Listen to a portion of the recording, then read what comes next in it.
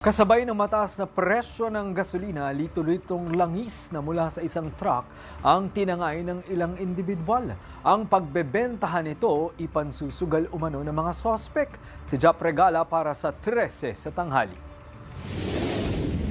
Pinaghahanap na ng Quezon City Police District ang 2 sa 4 na individual na sangkot sa pagnanakaw ng diesel mula sa isang truck sa Fairview, Quezon City. Nakita ang mga suspect sa CCTV sakay ng sasakyan na huminto sa tabi ng isang nakaparadang elf truck kung saan sinipsip ang laman nitong diesel gamit ang hose at mga lalagyan. Madaling araw nga po ng March 31, nakita po natin yung isang Mirage na pulang kotse na tumigil doon sa tabi ng isang elf truck at may bumaba na isa sa mga suspect para kuhanin or nakawin yung gasolina nitong nakaparadang elf truck.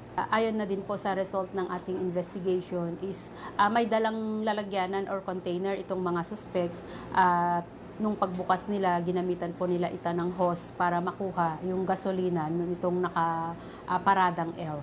Ayon kay QCPD Chief PIO Police Major Jennifer Ganaban, umaabot sa humigit kumulang 60 litro ng diesel ang nakuha na nagkakahalaga ng tinatayang 7,000 piso. Matapos maisumbong sa mga otoridad, agad na bumuo ang QCPD ng Special Investigation Team para tutukan ang kaso at matugis ang mga suspect. Bumuo agad ang Quezon City Police District ng Special Investigation Team para tumutok sa pag-iimbestiga. Nagkaroon din po tayo ng panawagan na kung sino man po yung nakakilala dito sa mga suspect ay i-report kaagad sa kapulisan or kung napanood ng mga suspect ay kailangan na nilang sumuko. Itong araw matapos ang insidente, sumuko na ang 2 sa 4 na suspect habang nananatiling at large ang 2 pang kasabwat. Ang ipa-file po natin ay theft dahil po doon sa pagnanakaw nila nitong gasolina po or diesel nitong elf truck. Ayon pa kay Ganaban, hindi rin ito ang unang beses na nagnakaw ang mga suspect at ang dahilan nila kaya nila ito ginagawa.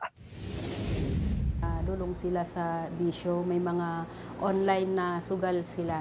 Maliban dun sa kailangan nila ng pera, yung isa dito sa suspect natin ay jobless, is yun nga po, parang sa sugal sila nalulong. Samantala, doble pagbabantay naman ang pulisya para mapigilan ang ganitong insidente ng krimen. Dagdag pa ng pulisya, malaki ang papel ng publiko para mapigilan ang ganitong mga insidente. Kaya naman kapag may nakitang ganitong insidente, agad itong isumbong sa mga otoridad. Para sa totoong balita sa Bagong Pilipinas, Jap Regala, 13 sa tanghali ng Congress TV.